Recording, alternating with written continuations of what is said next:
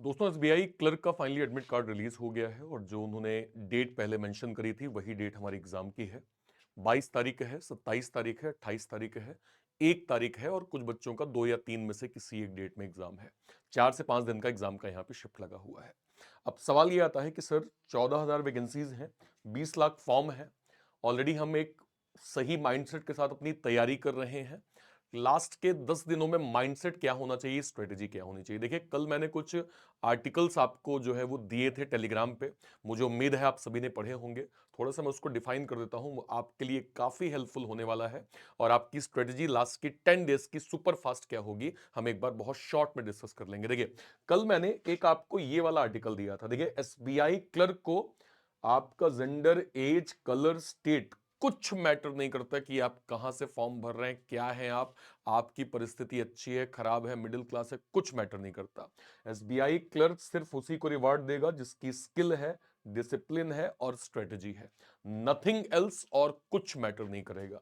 ना कोई एक्सक्यूज चलेगा, ना कोई लिमिट है और ना कोई बैरियर है। ठीक है, केवल और केवल ये आप रहेंगे और सामने एग्जाम रहेगा।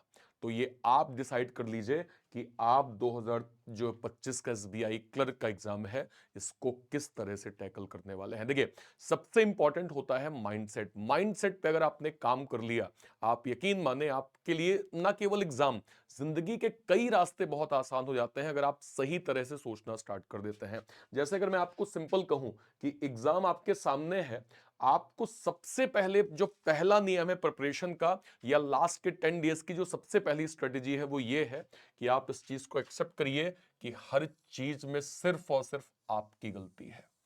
आप इस चीज को भी एक्सेप्ट कर लीजिए। एक चीज मैंने और लिखी थी कि जो है वो हर चीज में अगर कोई चीज कभी भी शुरू में या एंड में नहीं पॉसिबल हुई है तो उसमें भी केवल आपकी ही मिस्टेक है। देखिए मैंने सिंपल लिखा है कि जो है वो आपको once you take full accountability is when you start जो है वो क्या कहते हैं, क्या इंप्रूविंग। यानी कि अगर आप किसी भी सिचुएशन में 100% अकाउंटेबिलिटी लेते हैं, मेरा एग्जाम है, मैं दे रहा हूं, मैटर नहीं करता मेरे घर की क्या परिस्थिति रहे। आप सोचिए अभी अभय सिंह की कहानी हम लोग सुनते हैं, आईआईटी बाबा के नाम से फेमस है।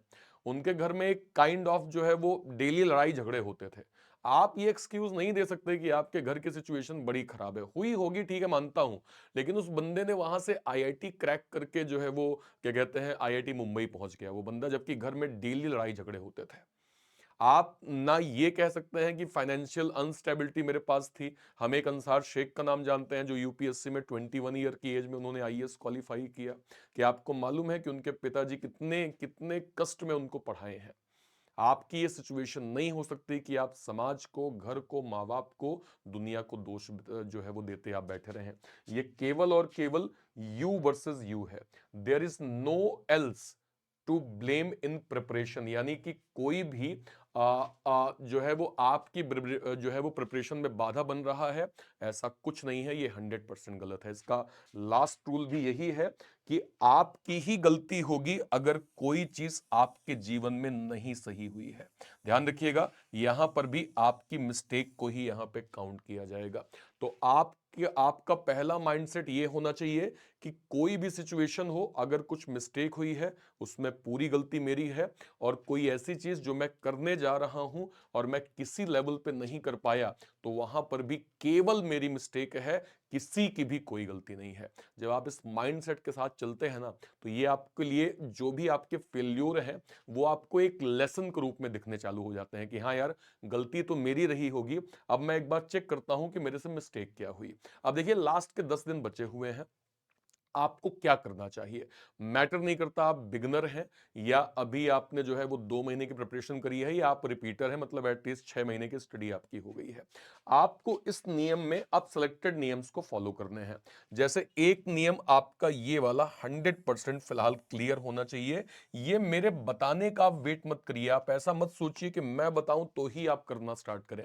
आपको मॉक टेस्ट रोज एक देना है, और 1 घंटे का अगर मॉक टेस्ट है, मेक श्योर करें कि आपको अगले 1 से 1.5 घंटे उसको एनालिसिस करने में भी समय देना है। एनालिसिस मतलब अगर 100 क्वेश्चन है और आपके 70 जो है वो सही हुए, 30 गलत हुए, तो उन 30 को आपको अच्छे से एनालिसिस करना है कि आपसे क्या गलती हुई है, उन टॉपिक का आप सेक्शनल मॉक देके कॉन्फिडेंस बिल्ड करिए और एट द एंड कोशिश करें कि जब नेक्स्ट मॉक हो तो सेम तरह का कॉन्सेप्ट अगर एग्जाम में आए तो मुझसे मिस्टेक जो है वो ना के बराबर हो। तो सबसे पहली चीज, आपको डेली एक मॉक देना है, उसको एनालिसिस करना है। दूसरा, रीजनिंग के अंदर पजल गेम चेंजर है।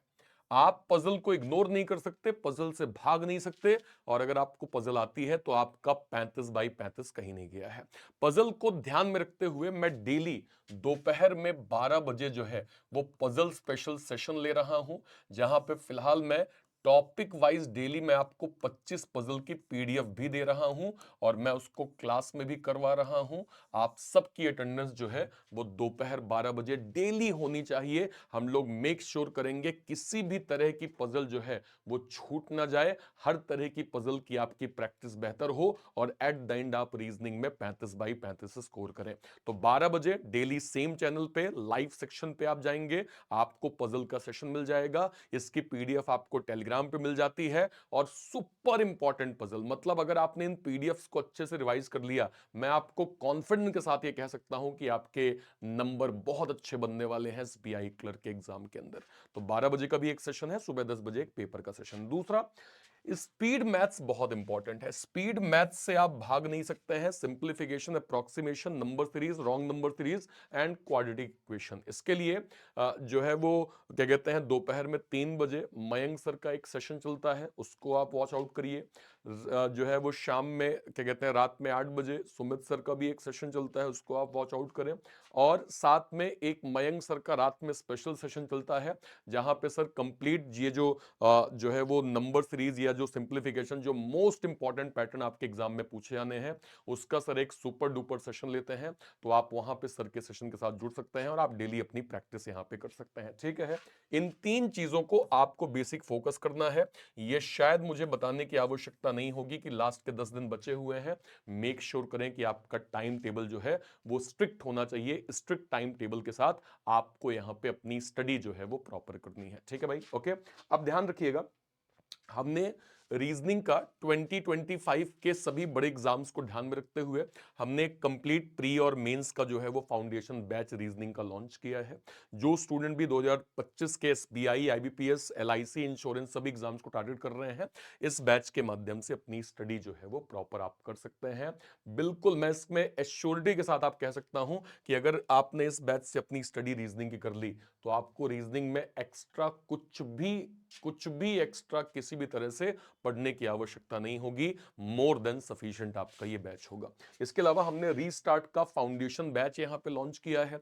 इस फाउंडेशन बैच में कंप्लीट स्टडी हम बिल्कुल बेसिक से कर रहे हैं और इस साल के सभी बड़े एग्जाम्स, एसबीआई, आईबीपीएस और एलआईसी का एग्जाम, इंश्योरेंस का एग्जाम, सभी बड़े एग्जाम्स को एक साथ हम इस बैच में पढ़ रहे हैं। तो आप यहां भी अपनी इनरोलमेंट जो है वो प्रॉपर कर सकते हैं। 12 तारीख से ये बैच आपका स्टार्ट हो जाएगा।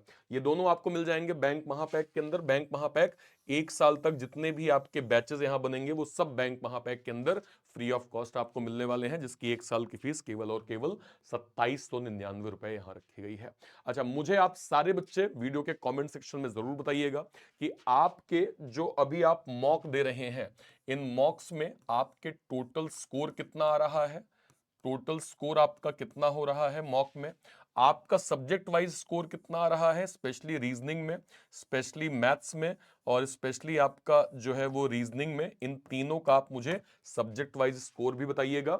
ओवरऑल मॉक के मार्क्स भी आप मुझे कमेंट सेक्शन में जरूर बताइएगा कि इस समय आप कितना जो है वो गेन कर पा रहे हैं। ठीक है, मैं अगले 12 दिन कोशिश करूंगा हर तरह के पैटर्न आपको कवर अप करवा दूं, ताकि आप एक अच्छे माइंडसेट के साथ एसबीआई क्लर्क का एग्जाम दें और एट द एंड टारगेट हमारा ये है कि आप एसबीआई क्लर्क को अच्छे नंबरों से पास कर लें। ठीक है, ओके।